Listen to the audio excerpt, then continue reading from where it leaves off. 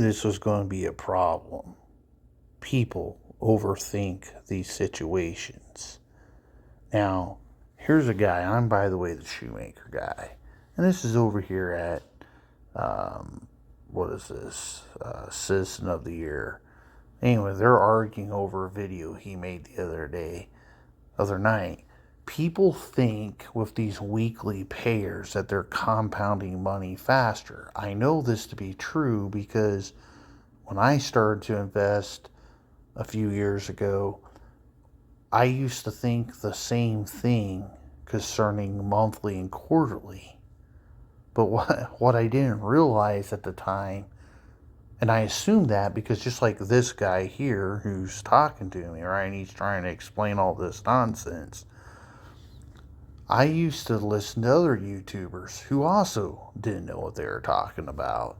And they would always tell me about how fast things are compounding. But it's really not true. It's only true if you're making, just flat out making more money, right? So let me give you an example real quick. Let's say I buy a $20 stock, and I'm not even going to say 100 shares. Let's just say one share, right? And let's say that $20 stock that I buy one share of pays quarterly. And let's say it paid $5 for the entire year.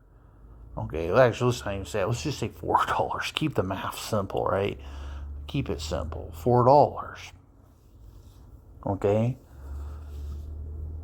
And then let's say the monthly stock, the one that I assumed I was compounding my money much faster at, and I was making more money, let's say it was also a $20 stock, and it only paid out $4 per year annually. It was monthly, right? You can't have more money than there is a monthly or annual payout in any stock. The amounts of shares you buy are the exact same, most likely, right? The only way it's different is if you just make more money. For example, in using the same example, actually, let's say the quarterly stock makes $10 a year, and let's say the monthly payer is paying you $15 a year, right? There's a $5 difference. Okay, that makes a difference. That's when you actually accumulate more shares. But you're not across scenario one. You're not, whether it's weekly, monthly, quarterly, and some stocks just pay yearly, one lump sum yearly. You're not going to make any more money.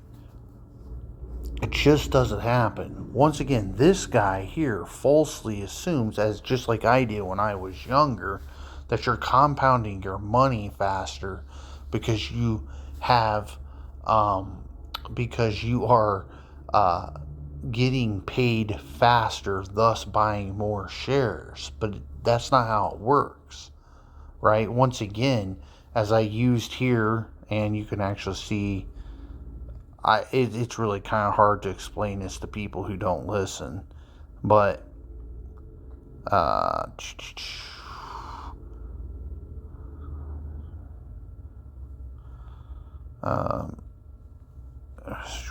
oh yeah, 10 is 10. I meant $10. 10 is 10, right?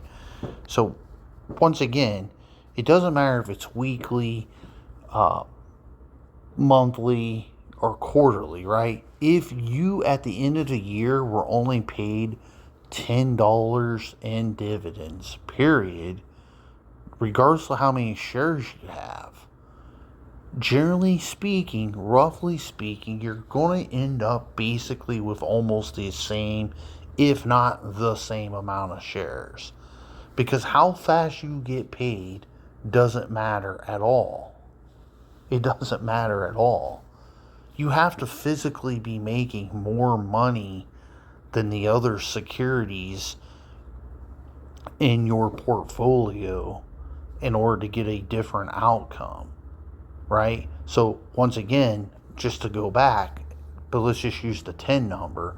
Say the monthly guy was getting $10 per year, and the weekly guy and the quarterly guy got paid out $15 at the end of the year per share. That makes a difference. That actually changes the outcome. The weekly guy will, not in the first year because we're talking about a $20 stock, but in 4 years he's going to be able to buy one extra share more than the monthly guy or the quarterly guy. You have to actually make more money for it to make a difference. And that's what none of these people understand. I used to think the same thing, but it's not true. And ironically, Citizen of the Year made the video, and he showed that there's almost no discrepancy at all, as in no difference over a 25 years span, just a little more than $1,000. Well, that's not nothing to celebrate about, right? That would the only difference there would be is the fact that you might catch, if you're going to trade 52 weeks a year versus just 12 a year or something like that, or quarterly, right? You might have the ability to capture more down market days naturally, meaning that maybe over a long period of time you could buy a few more shares. But generally speaking, you're not going to buy more shares because, like I said, quality stocks, whether they pay dividends or not, they don't have much movement, right? This is their movement. I'm going to tell you what their movement is. They have they either have an up market or they have a down market. Or they have, like in 2017, like basically a Great Depression type situation happened. But that was brutal. I was just starting my work career as a young 20-something-year-old back then. That was brutal. So we don't want those. They're very rare in America's history, right? There's either an up market or a down market. The only thing in between that's anything other than that is a correction period. A correction period is just when there's basically a stock pullback. They usually last less than 2 months, 3 months, and then they bounce back. There's a bounce back. But basically what happens is, it's not even necessarily that there's something wrong with the economy per se. Usually what happens every quarter, you have a sell-off. People who buy the prices right, like people who day trade and do like growth stock buying and things like that's their strategy.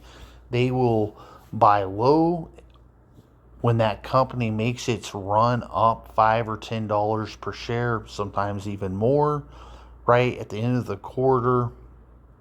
At the end of the quarter, like a 52-week high low, they sell and the market pulls back a little bit. But usually just within a matter of a few weeks, it bounces right back. It's all it is. If just by nature that you're trading 52 times a week by getting paid weekly, possibly you could capture some of those down times. But other than that, it makes no difference. By the way,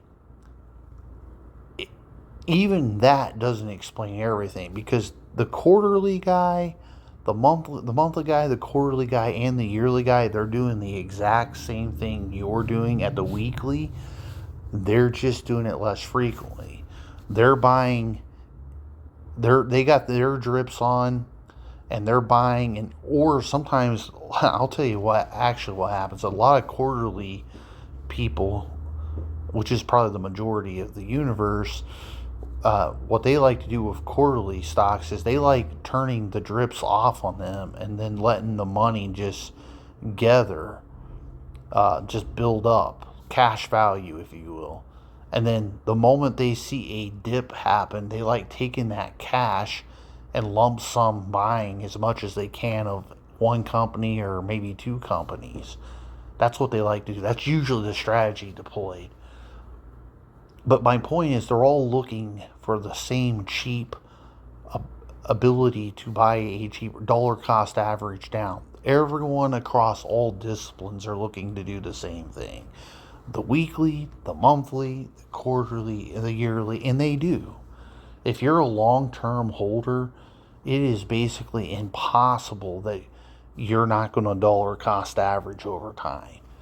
Because even if you turn your drips on, you will eventually dollar cost average down. There's just too much history that you capture. So I knew when this came that this was going to be an issue. People don't understand this. You are not compounding money any faster unless you're actually making more money. Now, these weekly guys, it's possible that they're outperforming you, making more money, because let's face it, it's high yield investment. A 3% quarterly company isn't going to pay you more than, say, a 25% company dividend yield. We don't even know if these things are going to last, right? There's obviously a discrepancy. However, funny enough, you might not still make more money than the guy in the first scenario. I'll give you an example. Lockheed Martin, right? They pay, what is it, $12 per year or $13 a year annually currently? That's a quarterly payer. How many high yield payers out there are paying that much? Will pay that much. You see what I'm saying? And I'm not saying there's not a lot. There is probably a lot currently, but my point is that's a lot of money. But once again, you would be wrong to assume that just because you're weekly making it, that you're going to make more. You're not. If you end up at the end of the year, a total amount was paid to your shares, $12 annually per share, and Lockheed Martin was $12 annually per share, you're going to have the same amount of shares bought, generally speaking, if you're reinvesting. It's a really bad example because Lockheed Martin's like world class. Yieldmax isn't, QDTE, they're not. But I'm just throwing an example out. The other reason why you wouldn't probably actually make more money than the Lockheed Martin is because, like Apple and Microsoft, it appreciates. It goes up in value. They probably grow over 5% per year, 8% per year, 10% a year. Plus, you're getting the huge dividends on top of that. You're never going to probably, once again, unless you just have a heaping shit ton of money, you're never going to actually buy any more significant shares. And once again, this is where people don't understand that. The only way you end up with more, roughly in comparison, is if you just simply have more money coming in. Over time, it's roughly the same. And like I said, and we already know none of this yield max stuff appreciates. So they're all actually sinking like a ship. And most of these probably will, especially the ones that don't actually buy and own the underlying. They're all going to sink like ships. They've been sinking like ships, some faster than others, right? It's like entrepreneurial investor or whatever his name is. I was listening to him today. Yeah, he's keeping Tesla shares because he's making like $300 every month off it or whatever. But he's still down $5,000 in the position. And what happens next year when Tesla's down again? And the year after, right? And every year he ends up being down 5% in that holding year after year after year, right? 5,000 becomes 8,000, then it becomes 10,000, then it becomes 15,000, right? the amount of money he makes in distributions is never going to pay off that debt.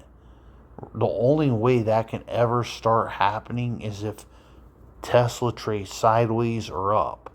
As Tesla's going to keep going down over time, he can never actually catch up. And that's really the problem. So, anyway, guys, talk to you later. Bye.